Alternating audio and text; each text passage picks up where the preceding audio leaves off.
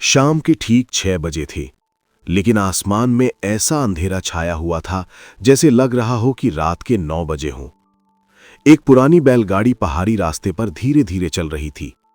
बैलगाड़ी के अंदर केवल 2 लोग थे, एक बैलगाड़ी वाला और दूसरा पिछली सीट पर बैठा विक्रम।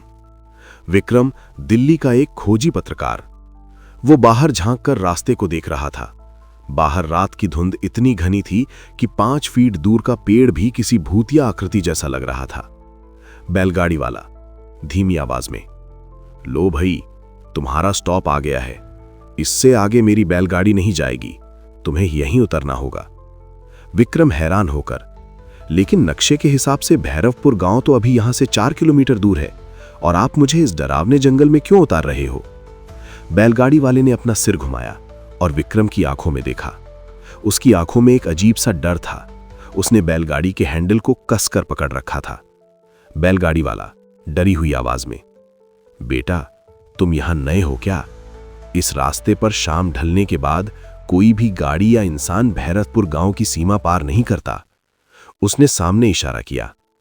वो सामने जो पुराना बरगद का पेड़ दिख रहा है ना, उसके पार करते ही भैरवपुर गांव का रास्ता शुरू हो जाता है। मेरा रिक्शा उस रास्ते से नहीं जाता। विक्रम थोड़ा चिढ़कर, अरे भरी, मैं 4 किलोमीटर इस जंगल में पैदल कैसे जाऊंगा? और आपको डर किस बात का है? क्या वहां डाकू रहते हैं? बैलगाड़ी वाले की आंखों में डर और गहरा हो गया।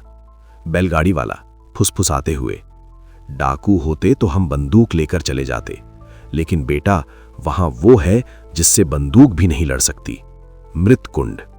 विक्रम को लगा कि यह आदमी उसे डराकर ज्यादा किराया लेना चाहता है या फिर यह स्थानीय अंधविश्वास है। उसने बहस करना ठीक नहीं समझा। वो बैग उठाकर बैलगाड़ी से उतर गया। विक्रम, ठीक है भैया, धन्यवाद जो आप मुझे यहां तक छोड़ने आए। जैसे ही विक्रम नीचे उतरा, बैलगाड़ी वाले ने तुरंत बैलगाड़ी मोड़ी और तेजी से वापस जाने लगा। ऐसा लग रहा था जैसे वो मौत के मुंह से भाग रहा हो। कुछ ही सेकंड में वो धुंध में गायब हो गया। अब उस डरावने जंगल में सिर्फ विक्रम अकेला था। चारों तरफ घना जंगल और एक जानलेवा सन्नाटा। ठंड इतनी थी कि उसकी हड्डियां तक जम रही थीं। विक्रम ने बैग से टॉर्च निकाली और रास्ते पर चलने लगा। रास्ता पथरीला और कांटों से भरा था। दोनों तरफ ऊंचे ऊंचे पेड़ खड़े थे। चलते चलते उसे बार बार ऐसा लग रहा था जैसे झाड़ियों के पीछे कोई उसके साथ साथ चल रहा हो। पत्तों की आवाज उसके कदमों के साथ ताल मिला रही थी। विक्रम अपने आप से, ये सिर्फ हवा है, मैं दिल्ली की भीड़ भाड़ से आया हूं, इसलिए यह सन्नाटा मुझे अजीब लग रहा है। लेकिन सच्चाई ये थी कि विक्रम यहां किसी खबर के लिए नहीं आया था। वो आया था अपने छोटे भाई रोहन को ढूंढने। रोहन एक वाइल्ड लाइफ फोटोग्राफर। 2 महीने पहले वो इसी भैरवपुर गांव में आया था और आखिरी बार जब उसने घर फोन किया था, उसकी आवाज डरी हुई थी। रोहन फोन पर घबराई आवाज में, भैया, मैंने वो तालाब देख लिया है, वो मुझे बुला रही है। और उसके बाद उसका फोन हमेशा के लिए बंद हो गया। पुलिस ने भी हाथ खड़े कर दिए थे, इसलिए विक्रम खुद उसे ढूंढने यहां आया था। करीब 1 घंटे बाद धुंध थोड़ी कम हुई।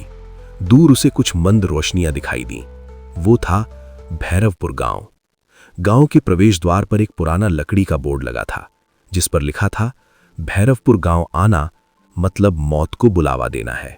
विक्रम ने गांव के अंदर कदम रखा। जैसे ही वो अंदर आया, उसे एक अजीब सी गंध महसूस हुई, जैसे गीली लकड़ी और सड़े हुए फूलों की बदबू हवा में खुली हो। गांव के घर पत्थर और लकड़ी के बने थे। हर घर का दरवाजा कसकर बंद था। खिड़कियों से हल्की रोशनी आ रही थी, लेकिन गलियों में शमशान जैसी खामोशी थी। न कुत्ते भौंक रहे थे, न ही किसी इंसान की आवाज। जबकि अभी सिर्फ शाम के 7:30 बजे थे। विक्रम एक घर के सामने रुका।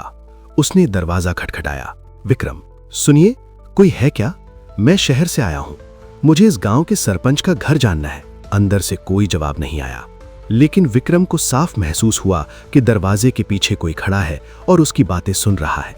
फिर भी दरवाजा नहीं खुला। थोड़ा आगे जाने पर उसे एक चबूतरे पर बैठा बूढ़ा आदमी दिखाई दिया। उसकी आंखें धुंधली थीं और चेहरा झुर्रियों से भरा हुआ। विक्रम उसके पास गया। विक्रम, राम राम काका, मेरा नाम विक्रम है, मैं दिल्ली से आया हूं। क्या मुझे यहां रात बिताने के लिए कोई जगह मिल सकती है? बूढ़े ने धीरे धीरे अपनी गर्दन उठाई। उसने विक्रम को ऊपर से नीचे तक देखा, फिर बोला, वापस चले जाओ मुसाफिर, ये जगह इंसानों के रहने के लिए नहीं बनी है।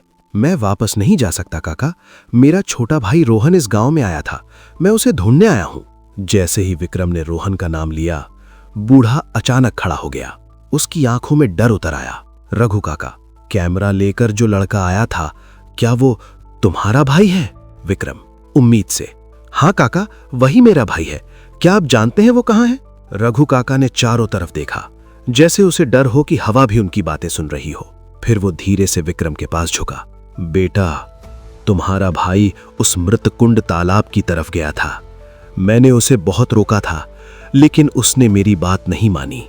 मैंने कहा था, अमावस्या आने वाली है, उस तालाब के पास मत जाना। तो क्या मेरा भाई उस तालाब में डूब गया? रघु काका ने सिर हिलाया। नहीं बेटा, वो डूबा नहीं, उसे उस मृत कुंड ने अपने अंदर खींच लिया। उस तालाब में लोग सिर्फ डूबते नहीं, वो इंसान की आत्मा, शरीर और यादें सब कुछ सोख लेता है। विक्रम को यह सब अंधविश्वास लगा। काका, बस मुझे रास्ता बता दीजिए, मैं खुद जाकर देख लूंगा। रघु काका की आंखों में गहरी उदासी थी। उत्तर दिशा में जंगल के पार। लेकिन आज रात मत जाना, आज हवा में नमी ज्यादा है। जब नमी बढ़ती है तो उस तालाब का काला पानी फैलने लगता है। आज मेरे घर रुक जाओ, अगर तुम सुबह तक जिंदा रहे तो।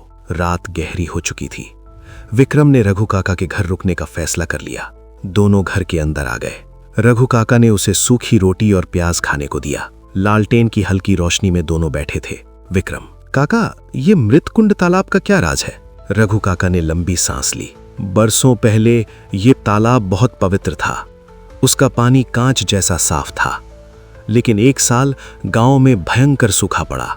तब गांव के तांत्रिक अघोरी कालनाथ ने कहा, तालाब को बलि चाहिए। पहले जानवरों की बलि दी गई, लेकिन बारिश नहीं हुई। फिर उसने कहा, तालाब को इंसान का खून चाहिए। और गांव वालों ने एक अनाथ बच्ची को उस तालाब में फेंक दिया। बच्ची चीखती रही, रोती रही, लेकिन किसी ने उसकी मदद नहीं की। कुछ ही पल बाद आसमान काला हो गया और जोरदार बारिश शुरू हो गई। लेकिन वो बारिश पानी नहीं, काले कीचड़ जैसी थी। उस दिन के बाद से उस तालाब का पानी हमेशा के लिए काला हो गया।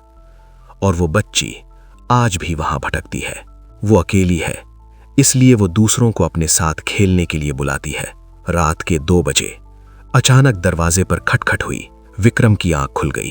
फिर बाहर से आवाज आई, भैया दरवाजा खोलो, मुझे ठंड लग रही है। विक्रम का दिल जोर से धड़कने लगा। ये आवाज रोहन की थी। विक्रम ने टॉर्च से बाहर रोशनी डाली और जो उसने देखा, उसकी सांस रुक गई। बाहर उसका भाई खड़ा था, लेकिन उसकी आंखें नहीं थीं। उसके होंठ सिले हुए थे और उसके पीछे एक लंबी काली परछाई खड़ी थी। आवाज उसी परछाई के पेट से आ रही थी, भैया तुमने दरवाजा नहीं खोला, अब मैं खुद अंदर आ जाऊंगी। रघु काका ने तुरंत नींबू और लाल मिर्च खिड़की पर टांग दिए और अचानक बाहर का शोर बंद हो गया। फिर अंधेरे से एक हंसी गूंजी, कल मिलेंगे विक्रम, मेरे तालाब का काला पानी प्यासा है। अगली सुबह विक्रम और रघु काका मृतकुंड तालाब पहुंचे। तालाब का पानी काले शीशे जैसा शांत था। अचानक पानी से रोहन की आत्मा निकली। रोहन, भैया अब मैं इस दुनिया में नहीं हूं, ये तालाब मुझे अपने अंदर ले चुका है, आप यहां से चले जाओ। कुछ ही पल बाद रोहन की आत्मा वापस तालाब में समा गई। विक्रम रोता रह गया और अंत में उसे अपने भाई के बिना ही वापस लौटना पड़ा।